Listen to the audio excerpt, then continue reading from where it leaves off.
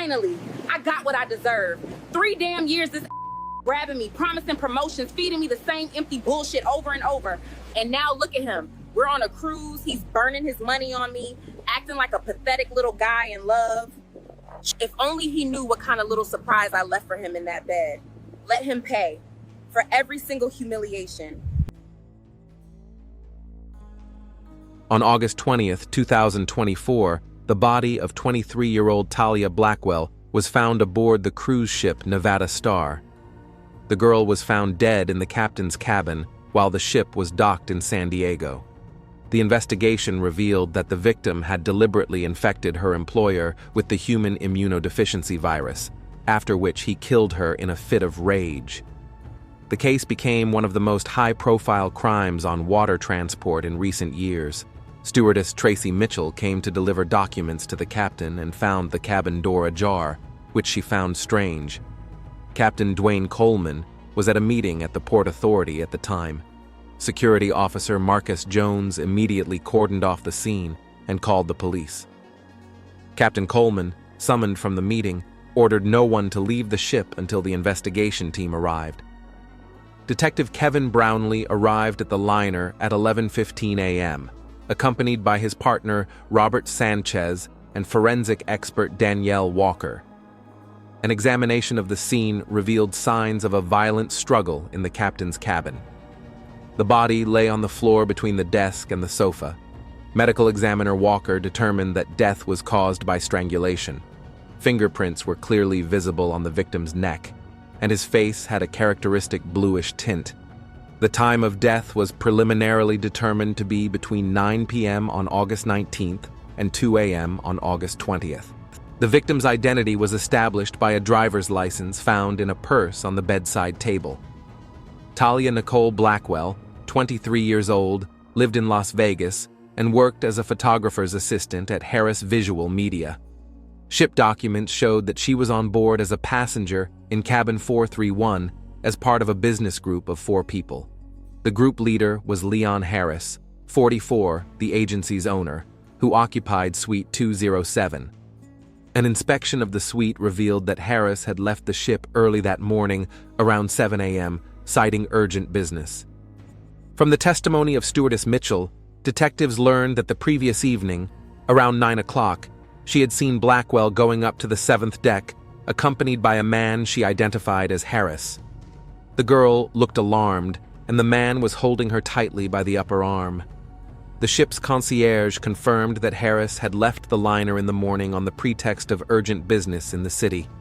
The port security service had surveillance camera footage showing a man in a dark suit with a suitcase quickly leaving the terminal at 7:20 a.m., looking back several times. The taxi dispatch service confirmed that Harris had been taken to San Diego International Airport.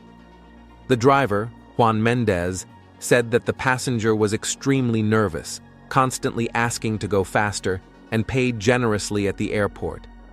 A check with the airlines showed that Harris had purchased a ticket for the next flight to Las Vegas, which departed at 9:40 a.m. He successfully passed through all procedures and left San Diego. The airline's CCTV footage recorded Blackwell and Harris climbing the stairs to the 7th deck at 9:04 p.m. on August 19th. The man was walking behind, holding the woman by the shoulder. At 9:37 p.m., the cameras recorded Harris descending the same staircase alone. He was without a jacket, his shirt was wrinkled, and his hair was disheveled. Further recordings showed that at 9:42 p.m., Harris entered his suite and did not leave it until morning. At 6:50 a.m., he left with a suitcase and headed for the ship's exit. Upon examining the captain's cabin, detectives found a pair of men's silver cufflinks engraved with LH on the carpet at the victim's feet. The victim's blouse was torn and 2 buttons were missing. Blackwell had scratches on his wrists from attempts at self-defense, and particles of skin from the alleged attacker were found under the fingernails of his left hand. A laptop was found in the victim's cabin containing electronic correspondence, indicating dissatisfaction with working conditions at Harris's agency. The last message was sent to his girlfriend Kimberly Jackson on August 19th at 6:30 p.m., saying that today everything would be decided and Leon would finally get what he deserved. Captain Coleman stated that he had left his cabin at 6:30 p.m. the previous day to attend the mandatory captain's dinner with the passengers. After dinner, he was in the officers' mess until 11 p.m., then on duty on the bridge until 2 a.m. Only he and the first mate had access to the captain's cabin, and he always had the keys with him. Traces of a violent struggle were found in the cabin. The desk had been moved away from the wall, navigation charts were scattered on the floor, and the table lamp had been knocked over, its lampshade crushed. Shards of a broken glass were visible near the minibar. By the evening of August 20th, the investigation team had sufficient grounds to issue an arrest warrant for Leon Harris on suspicion of first-degree murder. Detective Brownlee contacted the Las Vegas police and issued a description of the suspect. The preliminary conclusion of the medical examiner indicated death by mechanical asphyxiation caused by compression of the neck with the hands. The nature and location of the bruises indicated that the strangulation was performed from the front by an attacker with considerable physical strength. The case was classified as premeditated murder committed in a state of sudden, intense emotional distress. A federal warrant for Harris was issued throughout the United States, noting that the suspect was particularly dangerous. Detective Brownlee flew to Las Vegas that same evening on August 20th and headed to the Harris Visual Media Agency office at 3241 Strip Avenue. The two-story tinted glass building was located in the city's business district, with the agency's offices on the third floor, specializing in photography for the Nevada entertainment industry. Office manager Sharon Davis provided the detectives with the personal file of Talia Nicole Blackwell, who had been working at the agency since September 15, 2021. The 23-year-old dark-skinned woman was hired as a junior assistant photographer with a monthly salary of $2,000. Her resume showed that she had studied visual arts at Southern Nevada College and had experience working in small photo studios. The employment contract was signed personally by Leon Harris and contained standard terms of employment for creative professions. Talia was to assist the main photographers on shoots, prepare equipment, process photographic materials, and perform administrative tasks assigned by management. The working day was 8 hours long, with the possibility of overtime if necessary.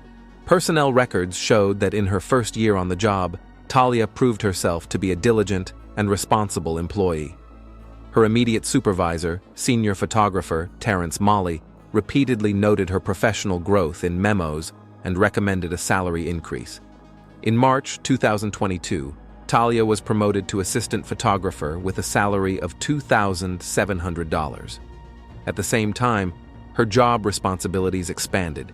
She began accompanying Harris on location shoots and participating in negotiations with clients as a technical consultant. Detective Sanchez examined Talia's timesheets for the past 2 years. The documents showed that she regularly worked overtime, especially during periods of large projects. In 2023, she participated in 17 off-site shoots, most of which took place in other states, and required several days of travel. The agency's financial records showed that Talia received additional payments for overtime and travel expenses, but her total annual income was about $35,000, which was below the average for professionals of her qualifications in Las Vegas.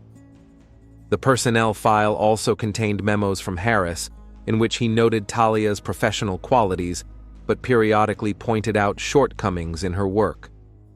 One of the memos, dated November 2023, contained a remark that the employee should pay more attention to the dress code when working with clients.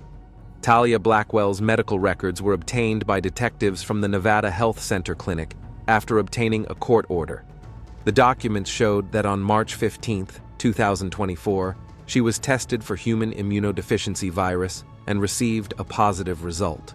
Talia's attending physician, Dr. Marcus Rivera, explained to detectives that the patient came to the clinic after feeling unwell and suspecting she might be infected. An enzyme-linked immunosorbent assay blood test showed the presence of HIV antibodies, which was confirmed by additional tests. Dr. Rivera prescribed Talia a course of antiretroviral therapy, which she began taking on March 22nd. Medical records showed that the girl regularly visited the doctor for checkups and followed the prescribed treatment regimen. The viral load in her blood was reduced to an undetectable level by the end of May. The medical record contained a conversation with the clinic's psychologist from April 10, 2024. Talia told the specialist that she suspected she had been infected by a former partner with whom she had broken up in February. She expressed concern about the possible impact of the diagnosis on her career and personal life. Detective Brownlee contacted Talia's former partner, 25-year-old Jamal Watson, who confirmed that he had been dating the girl for about a year. The man voluntarily submitted to testing, which showed a negative result for HIV.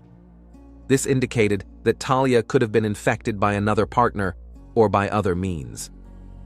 The interrogation of Harris Visual Media employees began on August 21st.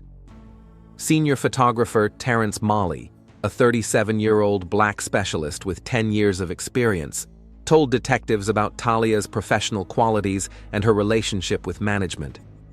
According to Molley, Talia was a talented photographer with a good eye for the shot, but she had difficulty communicating with some clients. Harris repeatedly criticized her behavior on set and demanded a more professional approach to her appearance. Molley also noted that in recent months, Talia had become more withdrawn and irritable. She often stayed late at work after shoots, studying materials or editing photos. Colleagues noticed that she avoided corporate events and rarely socialized with employees outside of work. Sales manager Sharon Davis, a 40-year-old black woman who had worked at the agency for 4 years, provided more detailed information about the relationship between Talia and Harris.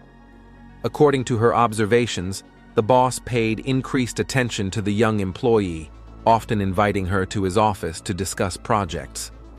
Davis said that Harris regularly took Talia on business trips, even though the presence of an assistant was not always necessary. She noticed that after such trips, the girl looked depressed and was reluctant to discuss work issues with her colleagues. Junior photographer Andre Clark, a 28-year-old black employee who had been with the agency for 2 years, told detectives about several incidents he had witnessed. In June 2024, he saw Harris put his hand on Talia's shoulder in the office hallway, and she abruptly pulled away from him. Clark also said that in July he heard raised voices coming from Harris's office when Talia was there. After that, the girl came out of the office with red eyes and locked herself in the bathroom for half an hour. When asked by her colleagues, she replied that she was just tired from work. The agency's secretary, Raina Jones, a 45-year-old black woman, confirmed that Harris often called Talia into his office for supposedly work-related conversations. These meetings sometimes lasted several hours, which seemed unreasonable for discussing current projects. Jones also noted that in recent months, Talia had been receiving more individual assignments from Harris, while other assistants worked as a team. The girl often stayed in the office alone after the end of the working day, carrying out her boss's instructions. The detective examined the agency employee's email correspondence, obtained with court permission. In Talia's emails to colleagues over the past few months, there was a growing dissatisfaction with working conditions. She complained about excessive workload and unfair distribution of responsibilities.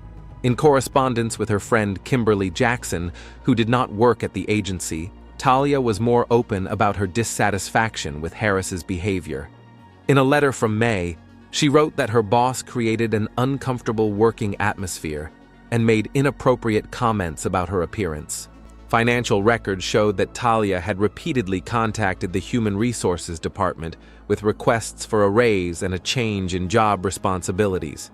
Her last request was dated July 2024, but no official response was received.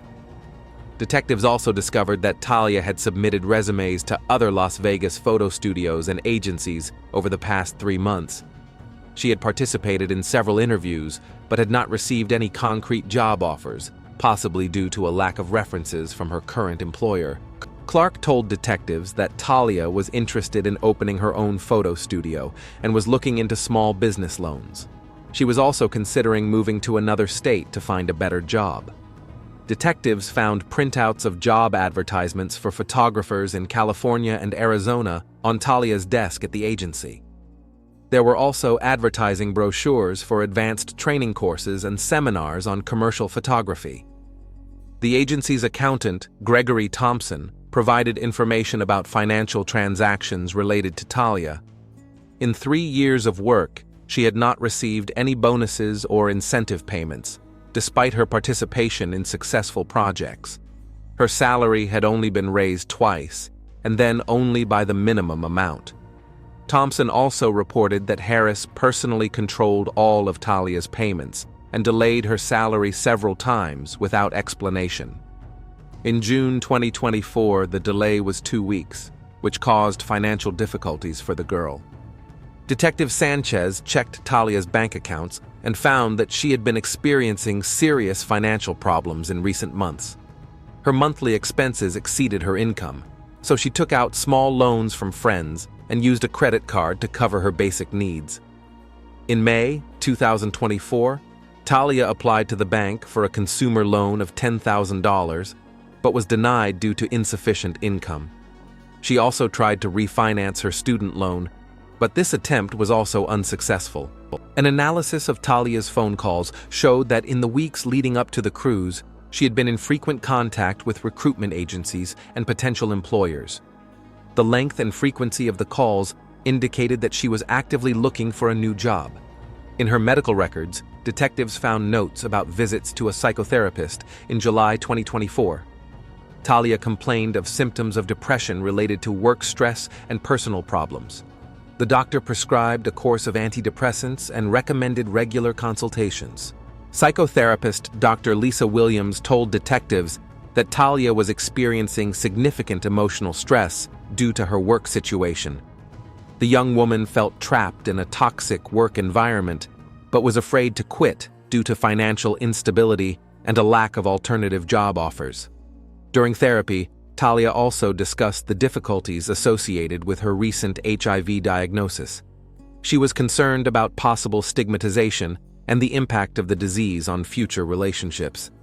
Dr. Williams noted that the patient showed signs of post-traumatic stress and needed long-term psychological support.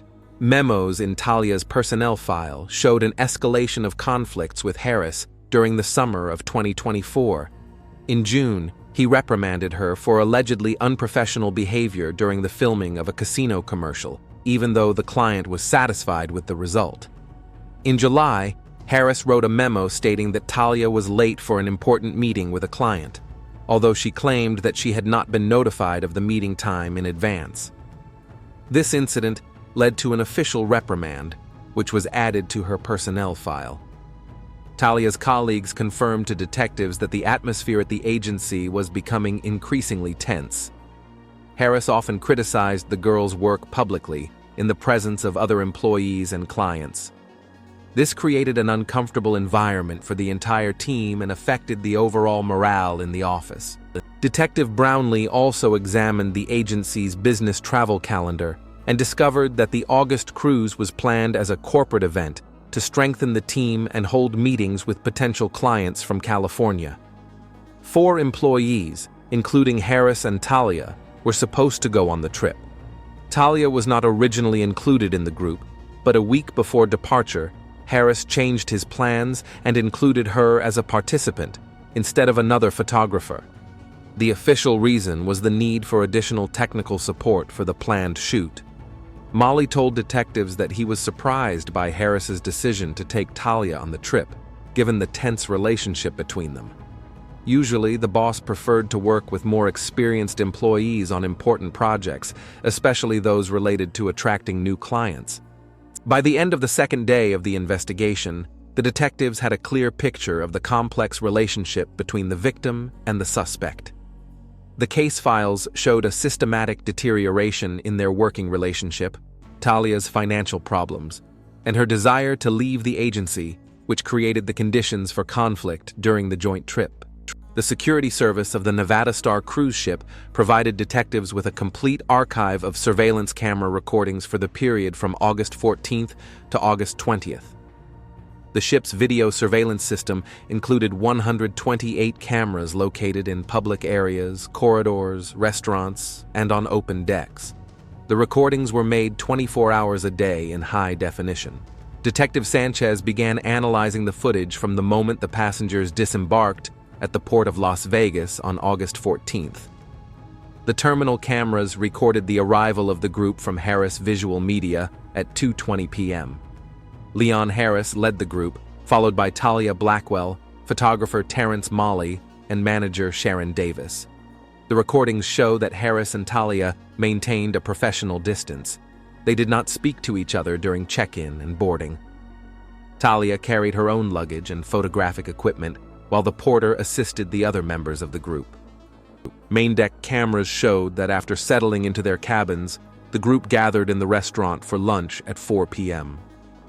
Harris sat at the head of the table, while Talia took a seat at the opposite end. During the meal, she mainly conversed with Molly, discussing technical aspects of the upcoming shoot. The first day of the cruise passed without any notable incidents between Harris and Talia. Records showed that they participated in scheduled business meetings with potential clients, but kept their distance from each other. Talia performed her duties as an assistant professionally, but avoided personal interaction with her boss. Passenger testimony gathered by Detective Brownlee confirmed the initial tension between members of the business group. 70-year-old Robert Kingston, who occupied the cabin next to Harris, noted that he heard loud phone conversations coming from Suite 207 on the first evening. According to Kingston, the conversations were heated, although he could not make out the specific words. The male voice sounded irritated, and the conversation lasted about half an hour with interruptions. This took place between 9 and 10 p.m. on August 14th. Gloria Martinez, a waitress who had been working on the ship for 3 years, noticed the agency group's strange behavior during dinner on the first day. She observed Harris trying several times to get Talia's attention, but the girl pointedly ignored his attempts to start a conversation. Martinez also noticed that Talia barely touched her food and looked distressed. When the waitress offered to replace her meal, the girl politely declined and left the restaurant before the rest of the group. Harris watched her leave, but did not follow her. On August 15th, cameras captured the first signs of a change in the dynamic between Harris and Talia. During a business meeting in the conference room with representatives from a San Diego casino, Harris approached Talia several times for technical advice on lighting and framing. Video recordings showed that during these exchanges, Harris stood closer to Talia than the work situation required. He put his hand on the back of her chair and leaned toward her to look at the materials on her tablet. Talia seemed uncomfortable with such closeness, but made no obvious attempts to distance herself. Lounge bartender Carlos Hernandez told detectives that on the evening of August 15th, he saw Harris and Talia at a table in the bar. It was around 10 p.m., and they were sitting in the corner of the room, talking quietly. Harris ordered whiskey, and Talia drank white wine. According to Hernandez's observations, the conversation seemed serious, at times tense. Talia shook her head several times, refusing something Harris was offering. The man leaned across the table, trying to convince her of something. The conversation lasted about 40 minutes, after which they left the bar together. The cameras in the second deck corridor recorded Harris and Talia heading for the elevators together at 11:10 p.m. However, they went to different floors, Harris to the second deck to his suite, Talia to the fourth deck to her cabin. On August 16th, the first noticeable changes in the behavior of both parties occurred. Restaurant cameras showed that Harris and Talia sat next to each other at breakfast, unlike previous days. They communicated actively. Harris showed documents and photos on his tablet, and Talia studied the materials carefully. Stewardess Patricia Lewis, who served on the fourth deck, noted changes in Talia's behavior. The girl became more sociable, smiled more often, and was more willing to answer questions from the staff. Lewis also noticed that Talia ordered extra towels and toiletries to her cabin. In the afternoon of August 16th, the agency group participated in a photo shoot on the upper deck overlooking the ocean. Video recordings showed that Harris and Talia worked closely together, with her assisting him with equipment and offering ideas for framing shots. Passenger David Wright, a professional photographer from Phoenix, observed his colleagues at work and noted the high level of rapport between Harris and his assistant. According to him, they demonstrated the kind of teamwork that usually develops after long experience working together. On the evening of August 16th, the lounge cameras recorded Harris and Talia spending time together at the same table again. This time, the atmosphere of their conversation seemed more relaxed. They laughed, Harris showed something on his phone, and Talia looked at the screen with interest. Lounge waiter Michael O'Connor confirmed that the couple seemed much more comfortable in each other's company than on previous evenings. They ordered expensive champagne and spent about 2 hours in the lounge. Harris touched Talia's hand several times during their conversation. On August 17th, cameras captured the first clear signs of intimacy between Harris and Talia. In the morning, they had breakfast together in Harris's suite, as evidenced by the room service order for 2 and the testimony of the service staff. Maid Maria Sanchez, who cleaned Suite 207, found women's clothing and cosmetics in the room. Women's jewelry was on the bedside table, and there were 2 sets of bath accessories in the bathroom. The bed was clearly occupied by 2 people. Pool cameras showed that Harris and Talia spent time together by the water during the day. They lay on adjacent sun loungers, with Harris applying sunscreen to Talia's back and shoulders. Their behavior indicated an intimacy that had not been present in previous days. Passenger Elizabeth Turner, 62, noted that the couple behaved like lovers. They held hands, hugged, and Harris was very attentive to Talia. According to Turner, their relationship did not look like an office romance, but rather a serious personal relationship. However, by the evening of August 17th, the first signs of tension appeared in the couple's behavior. The restaurant's cameras recorded an unpleasant conversation between them during dinner. Talia looked upset and wiped her eyes with a napkin several times. Antonio Rodriguez, the waiter who served their table, noticed a sharp change in the atmosphere. While the couple seemed happy at the beginning of the dinner, by the end of the meal, the mood had noticeably deteriorated. Harris spoke quietly, but insistently, while Talia shook her head and refused something. On August 18th, the tension between the couple intensified. Cameras showed that in the morning, Talia left Harris's suite and returned to her cabin. She was carrying a bag of belongings and looked agitated. Throughout the day, they only saw each other during work meetings. The ship's security service had audio recordings from some public areas, including corridors and restaurants. Security system microphones recorded fragments of a conversation between Harris and Talia on August 18th in the corridor of the 7th deck at around 3 p.m. The recording captures Harris persistently asking Talia to meet with him privately for an important conversation. She declines, stating that she prefers to maintain a professional relationship until the end of the trip. Harris raises his voice, insisting that they have serious matters to discuss. Flight attendant Susan Parker witnessed this conversation and confirmed to detectives that it was tense. According to her, Talia tried to leave, but Harris blocked her way, insisting on talking. In the end, the girl agreed to meet with him later, after which they went their separate ways. On the evening of August 18th, cameras recorded another meeting between the couple in the lounge. This time, their behavior was radically different from previous evenings.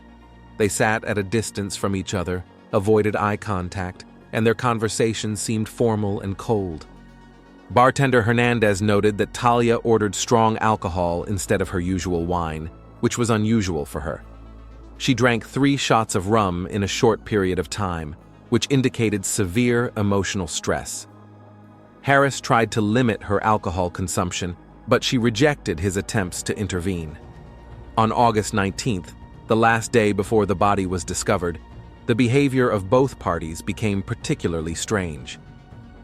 In the morning, Talia did not show up for breakfast with the group. Harris looked anxious and made several phone calls, leaving the restaurant for private conversations. Molly told detectives that Harris canceled a scheduled photo shoot on August 19th without explanation. He cited feeling unwell and spent most of the day in his suite. Talia also did not participate in group activities and remained in her cabin. The maid, Sanchez, who cleaned Talia's room, found torn photographs and documents in the trash can. Among the scraps of paper, she noticed medical certificates and test results, but did not attach any importance to them until the investigation began. James Wilson, a passenger in the neighboring cabin, heard crying and sobbing coming from cabin 431 in the afternoon of August 19th. The sounds continued for about an hour, then silence fell. Wilson considered contacting the staff, but decided not to interfere in the personal affairs of other passengers. Corridor cameras showed that at around 5 p.m. on August 19th, Talia left her cabin and headed toward the ship's medical center. She spent about 30 minutes there before returning to her cabin. The ship's doctor later confirmed that she had asked for sedatives, citing stress and insomnia. Dinner on August 19th was the last documented meeting between Harris and Talia in a public place. Restaurant cameras showed an extremely tense atmosphere between them. They sat at the same table with other members of the group, but hardly spoke to each other. Waiter Rodriguez noted that Harris looked angry and constantly looked at Talia with obvious disapproval. The girl was pale, hardly ate anything, and left the table several times, supposedly to go to the bathroom. The rest of the group felt the tension and tried to keep the conversation neutral. After dinner, around 8 p.m., cameras recorded Harris catching up with Talia in the hallway near the elevators. The video shows a brief conversation between them, after which Talia headed for her cabin, while Harris remained standing by the elevators, clearly thinking about something. The ship's security system recorded the last movements of both parties before the murder. At 8:45 p.m., Talia left her cabin and headed toward the stairs leading to the upper decks. The cameras showed that she was carrying a small handbag and looked determined. 15 minutes later, at 9 p.m., Harris also left his suite and headed in the same direction. The recording shows that he moved quickly and purposefully, like a man who knew exactly where he was going. These were the last images of both the victim and the suspect before the body was discovered the next morning. Analysis of all the video footage and witness statements allowed detectives to reconstruct the evolution of the relationship between Harris and Talia during the cruise. Initial professional coldness gave way to rapprochement, then intimate closeness, which quickly escalated into a serious conflict that ended in tragedy. On August 18th, the cruise ship Nevada Star arrived at the port of San Diego for a scheduled 6-hour stop. Passengers were given the opportunity to go ashore to see the sights of the city and go shopping.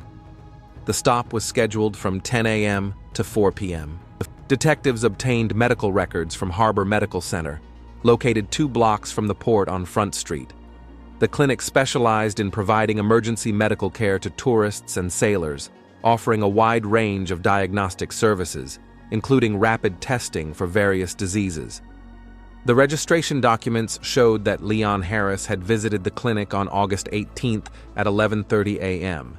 He registered at the reception desk under the patient's name, providing his address in Las Vegas and his health insurance number. The reason for his visit was listed as preventive examination on personal initiative. Reception nurse Carmen Vasquez, 42, who had been working at the clinic for 7 years, remembered this patient because of his unusual behavior. According to her, the man seemed extremely agitated and asked several times how long it would take to get the test results. He insisted on the fastest testing methods, despite their higher cost. Harris filled out a standard patient questionnaire, indicating that he had had unprotected intimate contact with new partners in the last 6 months. He also noted the appearance of some symptoms that could indicate infectious diseases, including increased fatigue and periodic headaches. Attending physician Dr. Rafael Mendoza saw Harris at noon. The patient explained that he suspected he might have contracted HIV after a recent intimate encounter with a partner whose medical status was unknown to him. He requested the most accurate and rapid testing possible. Dr. Mendoza ordered a comprehensive examination, including a fourth-generation rapid HIV test capable of detecting both antibodies and antigens of the virus. This method allowed for results to be obtained within 20 minutes with 99% accuracy, provided that all procedures were followed. The blood sample was taken at 12:20 p.m. by nurse Linda Johnson, a 35-year-old specialist with 10 years of experience. She observed that the patient was extremely nervous, asking several times about the reliability of the test and the possibility of false positives. While waiting for the results, Harris could not sit still in the waiting area. He constantly paced the hallway, checked the time on his phone, and approached the reception desk several times with questions about the readiness of the analysis. Nurse Vasquez noted that in 7 years of work, she had rarely seen such agitated patients. The rapid test result was ready at 12:42 p.m. Laboratory technician Michael Rodriguez performed the analysis according to standard protocol. The test was positive for HIV antibodies and PI24 antigen, indicating the presence of the virus in the patient's body. Dr. Mendoza invited Harris into his office to deliver the results at 12:50 p.m. The doctor followed the established protocol for informing patients of positive HIV test results, which included preliminary psychological preparation and an explanation of further actions. Harris's reaction to the information was extremely acute. According to Dr. Mendoza, the patient initially refused to believe the accuracy of the result, demanding that the test be repeated using a different method. He insisted that the test was wrong because until recently he had been confident in his health. When the doctor explained the high accuracy of the testing method used, Harris fell into a state of acute stress. He began to speak loudly about knowing the source of the infection and expressed extreme indignation at the concealment of important medical information from him. Nurse Johnson heard raised voices coming from the doctor's office. Dr. Mendoza offered Harris additional confirmatory testing using the immunoblotting method, the results of which would be ready in 2 days. He also recommended that Harris immediately see an infectious disease specialist to begin antiretroviral therapy and provided referrals to specialized medical centers in Las Vegas. The patient refused additional tests, stating that he had received all the necessary information. He demanded a written report with the test results and copies of all medical documents. Dr. Mendoza issued him an official report on the positive result of the rapid HIV test with recommendations for further examination. Harris left the clinic at 1:15 p.m. without listening to the doctor's full recommendations regarding treatment and precautions. The receptionist noted that the patient appeared shaken and moved as if in shock. He paid for the services with a credit card and hurriedly left the building. The clinic's CCTV cameras recorded Harris going outside and stopping near the entrance, holding onto the wall of the building. He stood motionless for about 5 minutes, then took out his phone and made several calls. The movements of his lips indicated that the conversations were heated.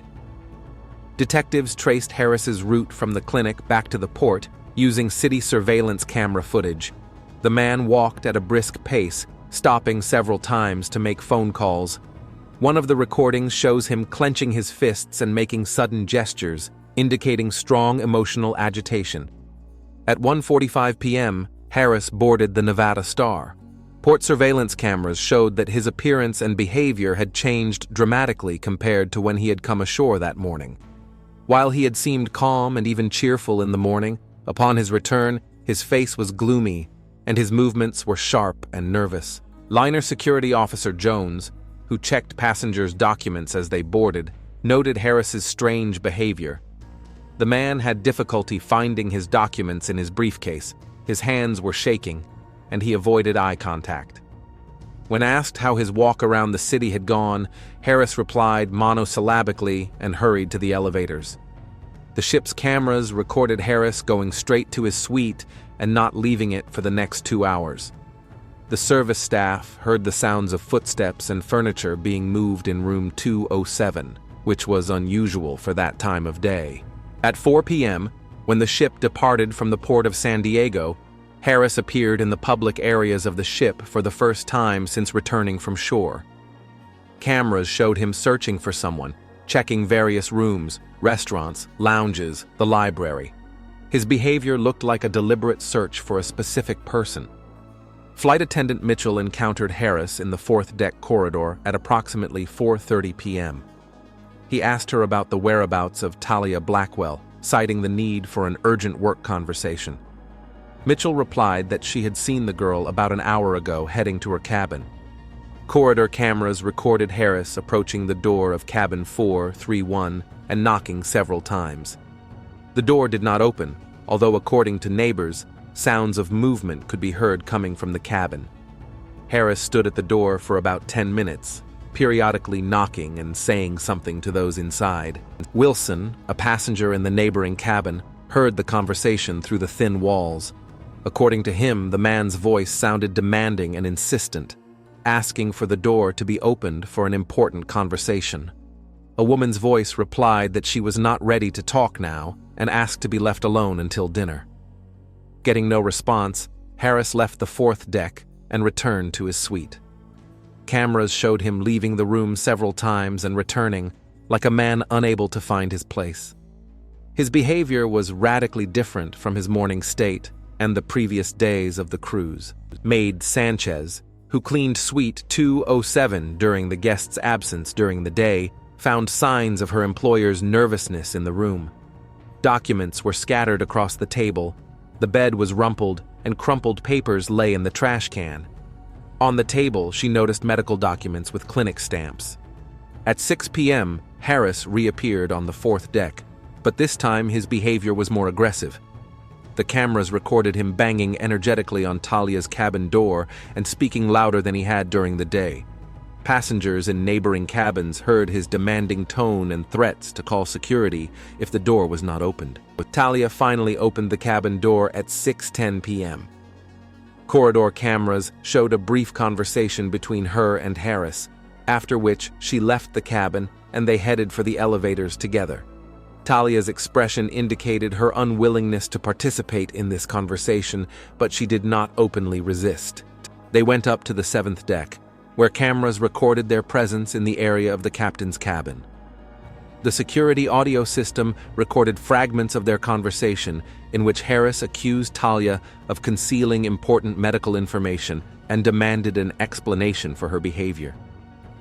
The recording captures Harris persistently asking Talia if she was aware of her HIV status before they became intimate.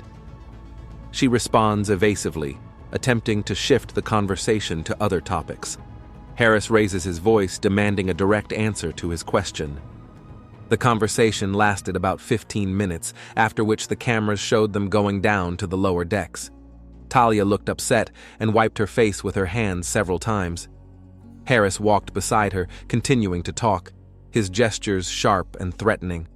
During dinner in the restaurant, Harris's behavior attracted the attention of other passengers and staff.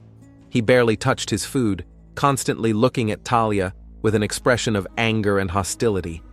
Several times he started to say something, but the girl interrupted him, asking him not to discuss personal matters in a public place. Waiter Rodriguez noted that the atmosphere at the table was extremely tense.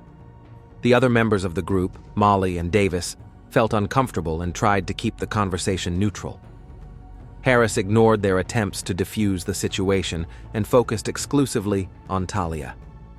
After dinner, cameras recorded Harris following Talia through the corridors of the ship, trying to continue the conversation.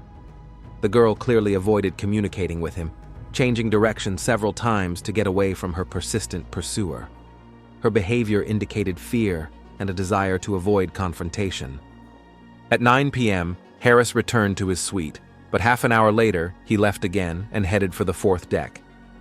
Cameras showed him standing in the corridor near Talia's cabin, listening to the sounds coming from the room. At times, he approached the door, but did not knock or try to enter. Night cameras recorded that Harris did not sleep in his suite. He went out into the corridor several times, went up to the upper decks, and stood at the railings for a long time, looking at the ocean. His behavior indicated intense inner tension and an inability to find peace. Analysis of the video recordings showed a dramatic change in Harris's behavior after receiving the results of his medical examination. If, before August 18th, his relationship with Talia had developed along the lines of a typical office romance with elements of personal affection, after his visit to the clinic, his behavior took on the character of deliberate confrontation. Medical records confirmed that Harris learned of his HIV-positive status on August 18th and linked the infection to his recent intimate relationship with Talia. His reaction to the diagnosis was acute and emotionally uncontrollable, which created the conditions for the development of a conflict situation. Testimony from the clinic's medical staff and analysis of video footage from the liner allowed detectives to understand the suspect's motives and emotional state during the critical period of events. Receiving the diagnosis was a turning point, after which the relationship between Harris and Talia became openly hostile, culminating in the tragedy of the following day. The reconstruction of the events of August 19th began with an analysis of the testimony of witnesses who saw Talia Blackwell's last movements. Detective Brownlee established that the girl left her cabin at 8:45 p.m. and headed for the stairs leading to the upper decks of the liner. Passenger James Wilson, who occupied cabin 433, heard Talia talking on the phone in the corridor before she left. According to him, she was talking to someone about a meeting and asking for protection from a man who was stalking her. The conversation was brief. The girl sounded alarmed and repeated several times that she was afraid to be alone. Flight attendant Sarah Thompson was working on the 5th deck during that shift and saw Talia climbing the stairs at around 9:21 p.m. The girl was carrying a small handbag and looked determined but agitated. When the stewardess asked if she needed help, Talia replied that she was going to the captain on urgent business. Security officer Marquess Jones was patrolling the 7th deck and met Talia in the corridor near the captain's cabin at 9:03 p.m. According to his testimony, the girl asked if Captain Coleman was in his cabin. Jones replied that the captain should be on the bridge according to the watch schedule, but could also be in his cabin between rounds. Talia knocked on the captain's cabin door and, receiving no answer, tried the handle.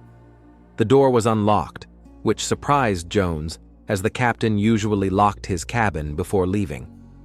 Talia said she would wait for the captain inside, as it was a matter of urgency and concerned her safety. Jones allowed her to enter the cabin, but a few minutes later, he was called to the lower deck to resolve a conflict between passengers. According to his testimony, he left the 7th deck at 9:08 p.m. and did not return there until the end of his shift at midnight. However, a check of the security service call log revealed that no incidents had been recorded on the lower decks at the specified time. Detective Sanchez questioned Jones again, and he changed his testimony, admitting that he had left his post without an official reason to take a smoke break in the staff room. CCTV footage confirmed that Jones had gone down to the 4th deck at 9:10 p.m. and had been in the staff room until 10 p.m. This meant that the 7th deck had been left unguarded by security during a critical period of time.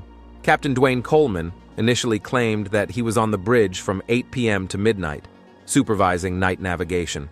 However, the watch log showed that he left the bridge twice, at 9:15 p.m. for 20 minutes and at 10:30 p.m. for half an hour. When questioned again, Coleman admitted that he had used the first break to check on a cabin, as he had received a message that one of the passengers was waiting for him there. He went down to the cabin at 9:17 p.m. and found that the door was locked from the inside, although the light was on. The captain knocked on his own door and heard voices from the cabin, a man's and a woman's. The conversation was heated, and he could hear sounds of a struggle and objects falling. Coleman tried to open the door with his key, but the lock was blocked from the inside by a safety latch. After a few minutes, the sound stopped and silence fell in the cabin.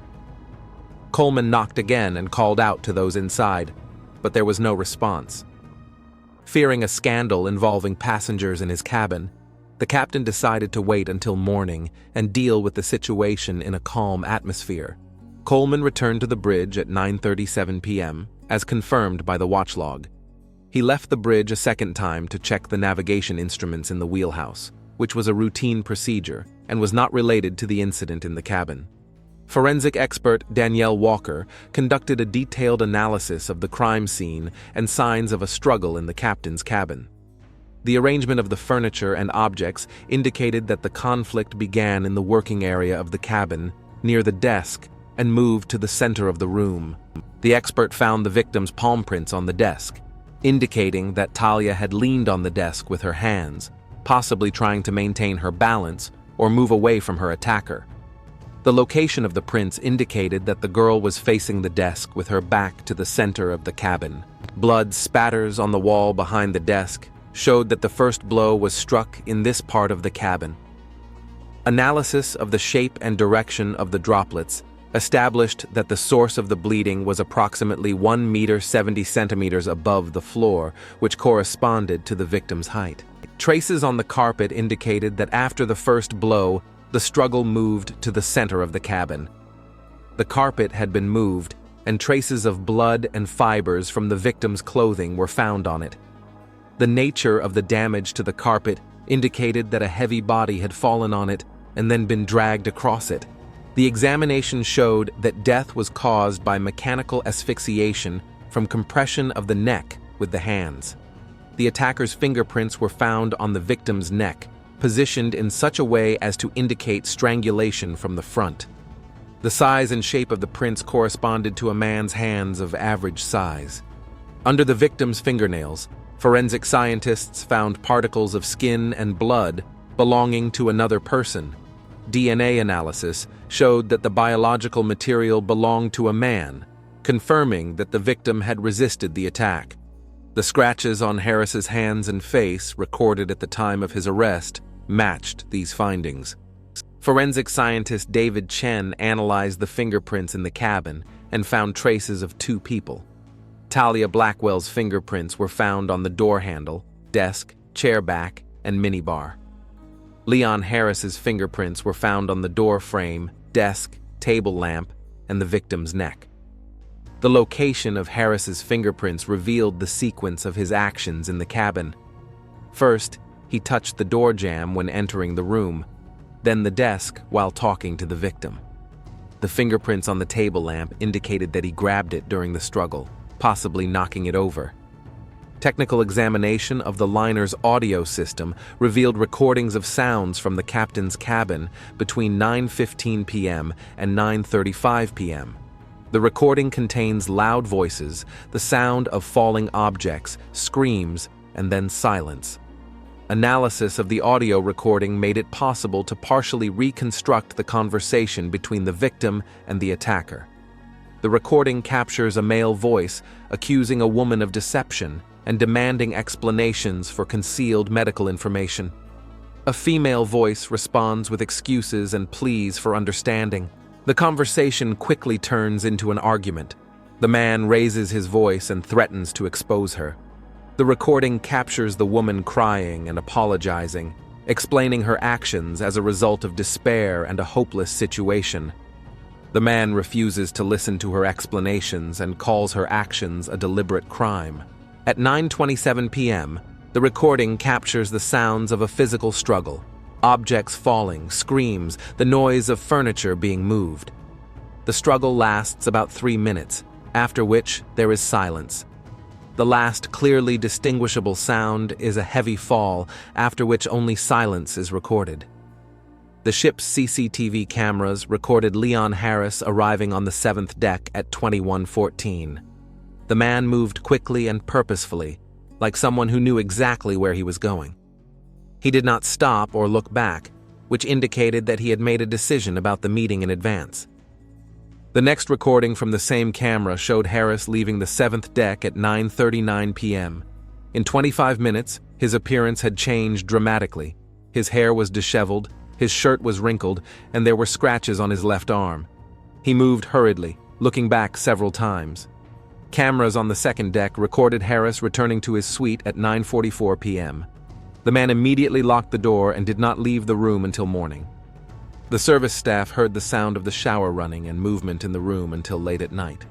Maid Sanchez, who cleaned the suite on the morning of August 20th, found traces of blood on towels and the sink in the bathroom.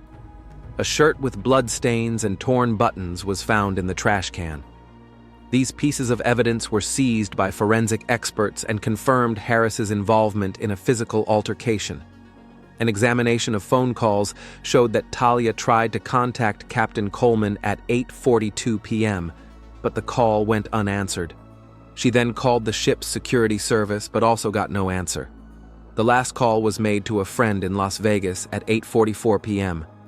Kimberly Jackson, who received the last call from Talia, told detectives about the content of the conversation. Talia said she was in danger because of her angry boss, who had learned about her HIV status. The girl asked her friend to write down Harris's name and location in case something happened to her. Jackson tried to dissuade Talia from meeting with Harris and advised her to contact the ship's security service or the police. However, Talia explained that she had already tried to contact the captain and planned to wait for him in her cabin, where she would be safe until the problem was resolved. An analysis of the contents of the victim's handbag showed that Talia was preparing for an important conversation.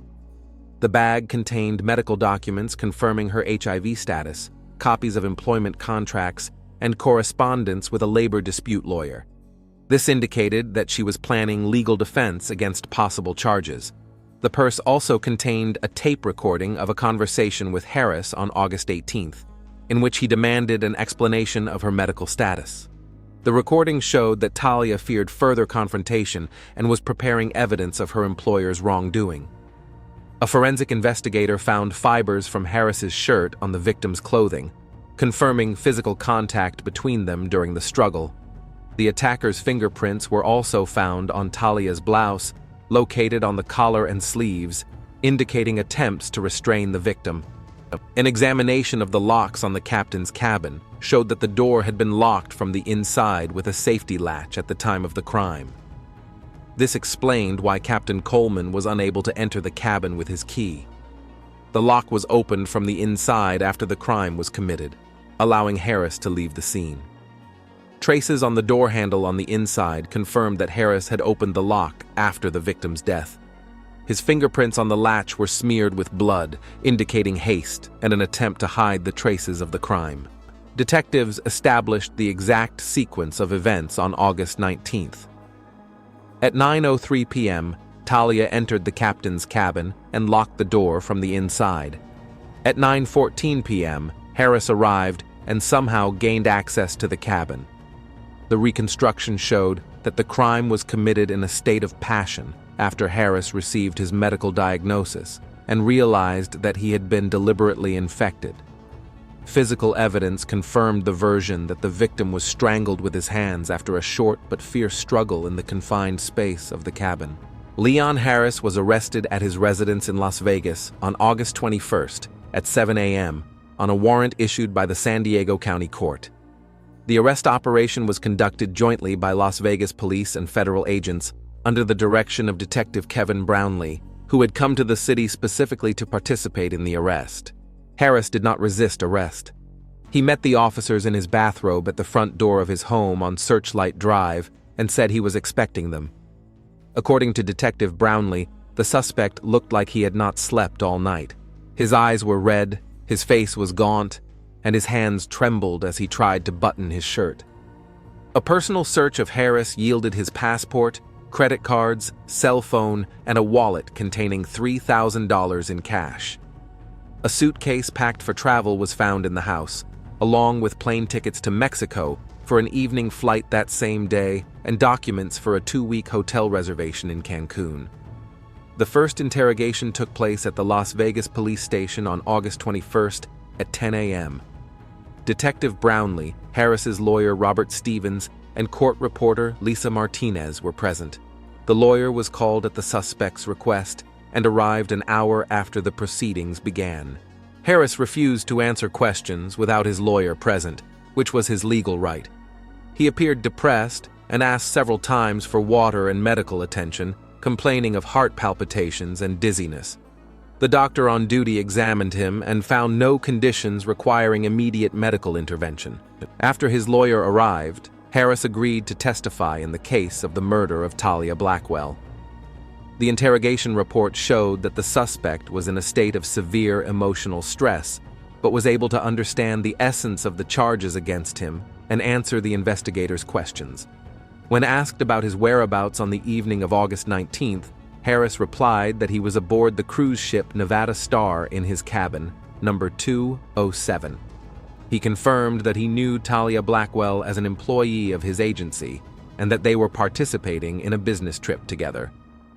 The detective showed Harris video footage from the ship's cameras showing him on the 7th deck near the captain's cabin at a time that coincided with the alleged time of the murder.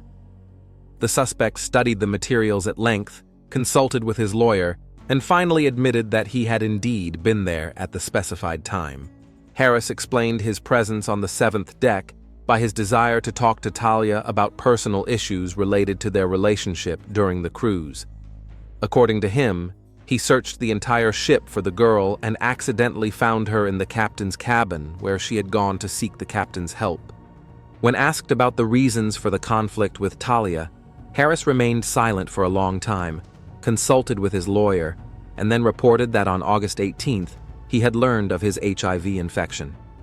He linked this fact to his intimate relationship with Talia and suspected that she had concealed information about her medical status from him. The detective presented the suspect with medical documents from a San Diego clinic confirming his visit and test results. Harris acknowledged the authenticity of the documents and confirmed that it was the positive test result that caused his emotional state and desire to confront Talia.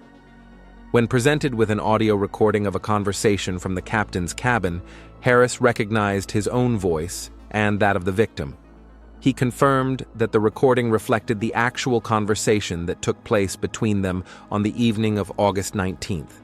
According to him, he demanded that Talia explain why she had concealed her HIV status. Harris said that Talia admitted to him that she knew about her infection even before they began their intimate relationship on the ship. She explained her actions by her desire to take revenge for years of humiliation and unfair treatment at work. This confession led him into a state of uncontrollable rage. When asked what happened next, Harris was silent for a long time, then stated that he did not remember the details well due to severe emotional shock. He admitted that there was an argument between them that escalated into a physical struggle, but claimed that he had no intention of causing Talia serious harm. The detective presented the results of a forensic medical examination showing that the victim's death was caused by strangulation. Harris studied the documents and, after lengthy consultation with his lawyer, admitted that he had indeed used physical force against Talia in a state of passion. According to Harris's testimony, he grabbed Talia by the neck in an attempt to silence her, as she was screaming and could attract the attention of other passengers.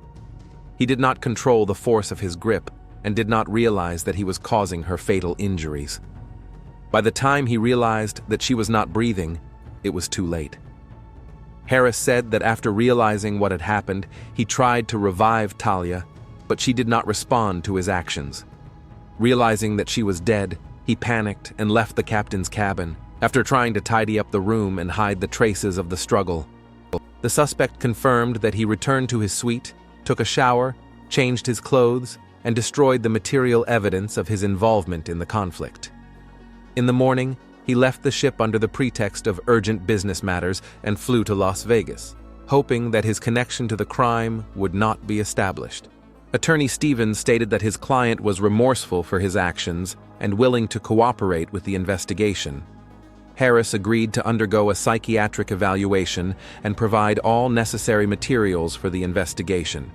He also expressed a desire to contact the victim's family to apologize.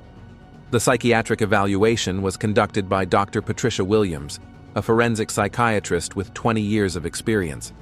Harris was examined over 3 days at a specialized medical facility with the participation of psychologists and social workers.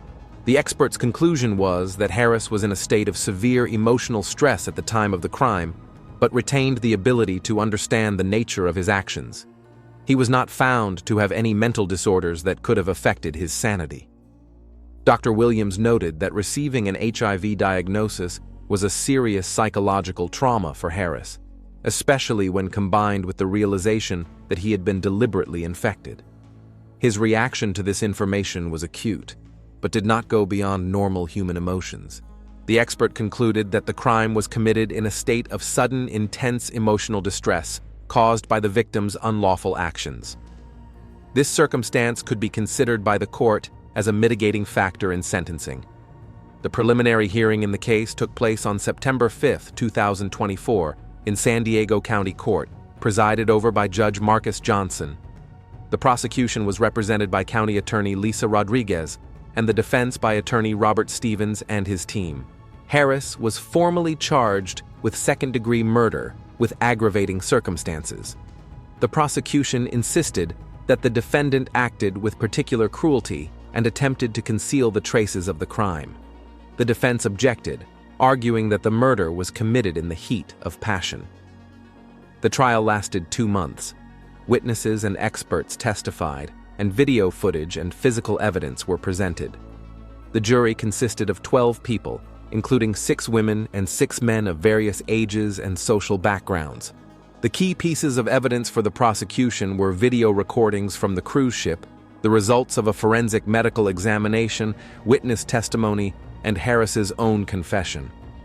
The defense emphasized the victim's provocative behavior and the defendant's state of passion. During the trial, particular attention was paid to the question of whether the victim had intentionally infected Harris with HIV.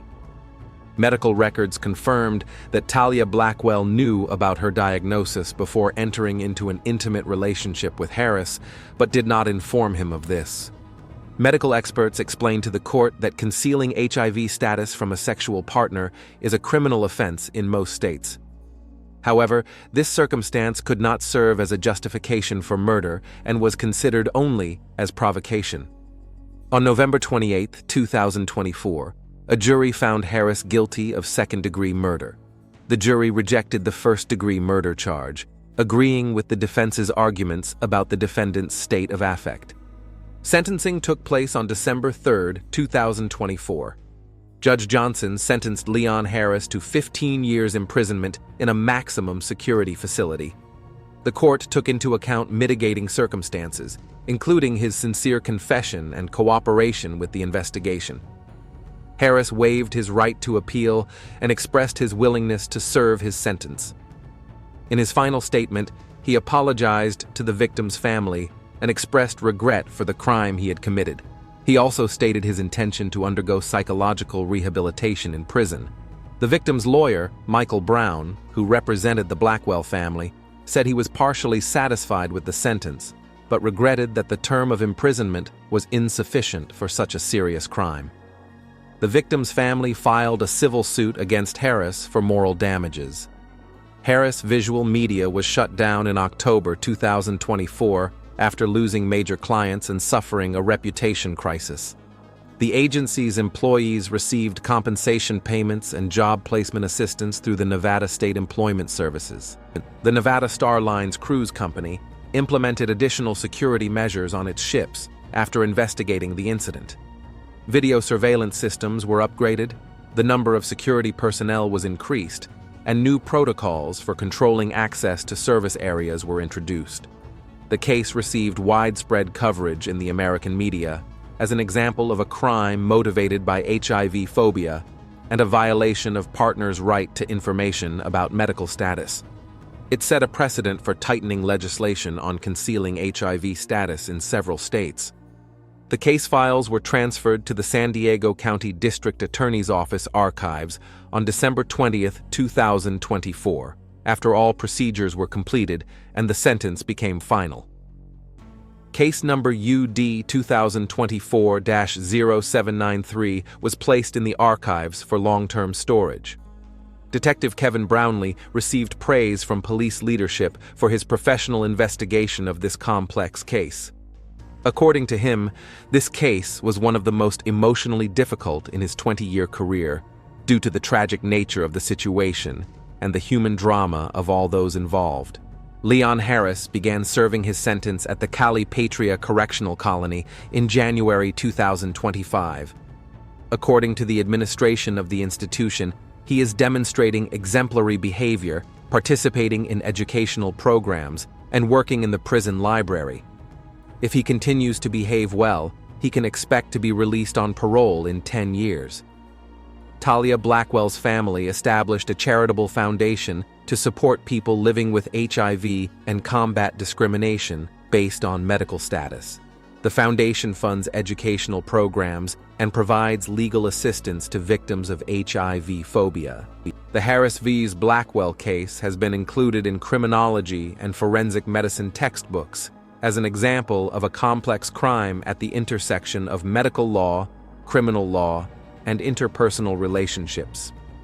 It continues to be studied by experts and serves as a basis for improving legal practice in the field of protecting the rights of HIV-positive citizens.